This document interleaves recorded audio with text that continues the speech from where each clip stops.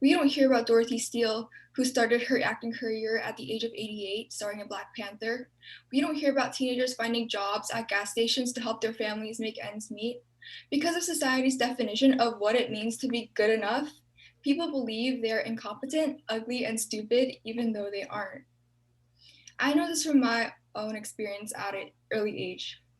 I've always been compared to my younger brother, a total genius winning math competitions, chess tournaments with an entire wall dedicated to medals. He was always showered with compliments from relatives and strangers, and my heart was pierced with daggers every time people said that my 10-year-old brother was smarter than me, that there's no way he's related to me.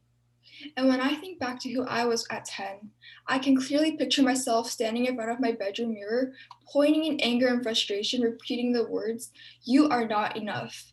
No matter what you do, you'll never be enough." Never once did I remind myself of my own accomplishments, of eating another meal, of getting through another day. Instead, my low self-esteem as I entered middle school only grew into massive boulders of shame, guilt, and doubt weighing down on my fragile shoulders.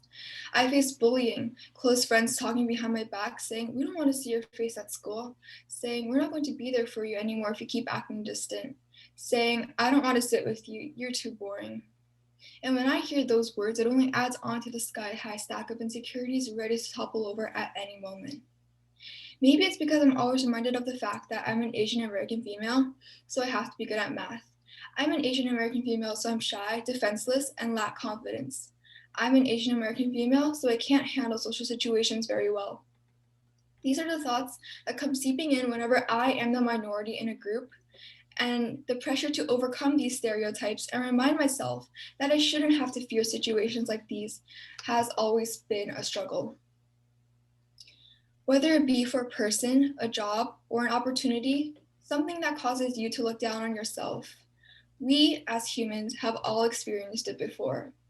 So, how do we flick on this light switch of a dark room filled with doubts and troubles? How do we shift our view from thinking we'll never be enough to owning the power at any given moment?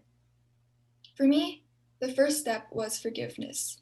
Forgiving the past, forgiving the people, forgiving myself. Shed the skin of your old self, the thoughts of you believing you're not enough, and step into a new reality, a reality of owning who you are, regardless of the obstacles you may face. Forget what everyone else is doing and achieving. You are walking your own path. You are more than good enough. You only have to own it, own everything you're up against. If you think your troubles are too powerful, you'll never allow yourself to rise above them. You're stronger than you think you are. Your past, your failures, yeah, they happen, but they don't define who you are as a person. Brittany Josephina, a self-care advocate, says, "The most important day is the day you decide that you're good enough for you. It's the day you set yourself free."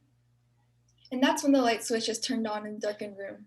It's when you start embracing your unique self and believing that you are good enough. So the next time you find yourself looking at the mirror, don't let these negative thoughts get into your head.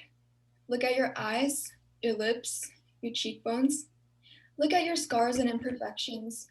Look at yourself. This is you. Don't be like my 10-year-old self who always compares, and remember to practice forgiveness. Tell yourself, "I'm good enough," because indeed you are.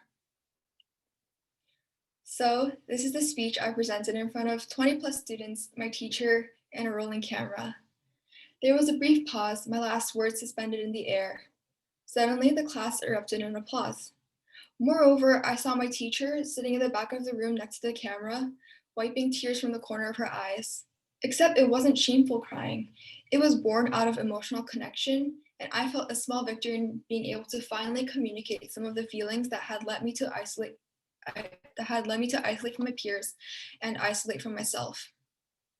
My teacher looked up at me and nodded, giving me approval and acknowledging my bravery. I was stunned as one of my friends proceeded to grab a box of Kleenex and distribute tissues to the rest of the class, even if it was intended as a joke. Previously, I had wanted to leave the school for another, but in that moment, I couldn't deny the strong sense of belonging I felt. Though I was relieved the speech was finally over, I felt even more startled by this big reaction. Soon, word spread around the grade about about the response that my speech received, and my Mandarin class wanted to present it again. This I politely declined, still feeling somewhat insecure and not yet used to public praise. But it made me think, if so many of my peers could relate to this, then I couldn't even imagine how many teenagers out there could benefit from my stories and experiences. My English teacher further pushed me to create something bigger, and though it took a few months to get past my creeping self-doubts that I had maxed out on my potentials, I made my first big step, writing a book. I've always been a writer.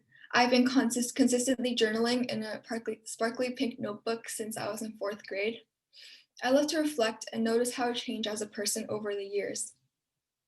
The book, which I've been working on for a year now, addresses some of the biggest issues Gen Z faces, including comparative thinking, familial and societal pressures, and body image. I also dive into locker room talk and racism, basically bringing to light some of the problems that are casually swept under the rug. With months of researching, reading books, and conducting interviews with friends and other amazing youth leaders, I hope to help teens feel less alone in their struggles. Additionally, I started a youth organization called You're Not Alone with the same mission, to form a community of teens spreading awareness for mental health. If you would like to check us out, visit urnotalone.org. Perhaps the negative experiences I went through will become more meaningful if I share them with others, so they can better deal with their own issues. If I'm able to help even one struggling teenager out there, I will be beyond honored and will consider these projects a huge success. Even if I only end up helping myself, that will be enough. Thank you. Thank you so much, Gia. That was amazing. If any of our attendees have any questions, feel free to put them in the chat or the Q&A section. That was super inspiring, and that was an amazing speech. Thank you so much. I love what you guys are doing. Thank you. If you have any questions, go ahead and put them in the Q&A or the chat, whichever you feel more comfortable with.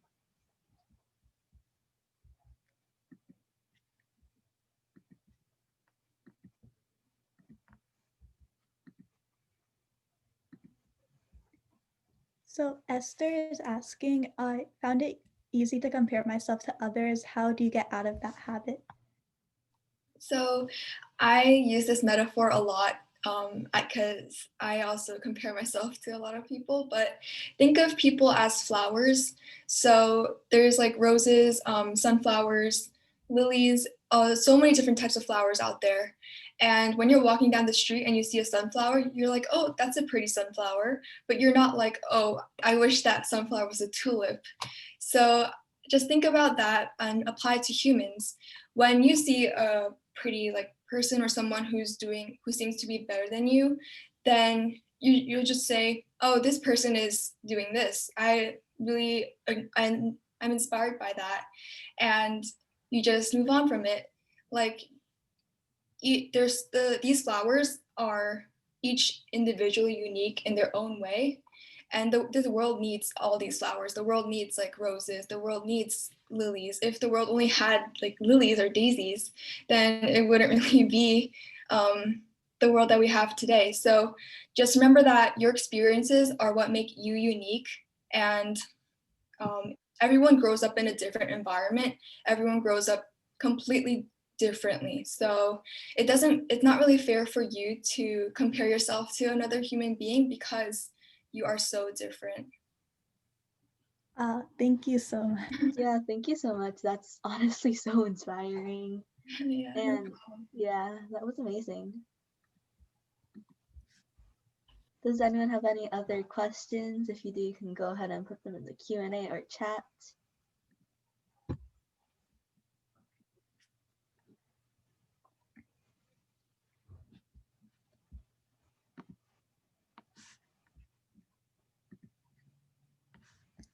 If there aren't any other questions, then we can move on to the next thing, which is actually a 2-hour break.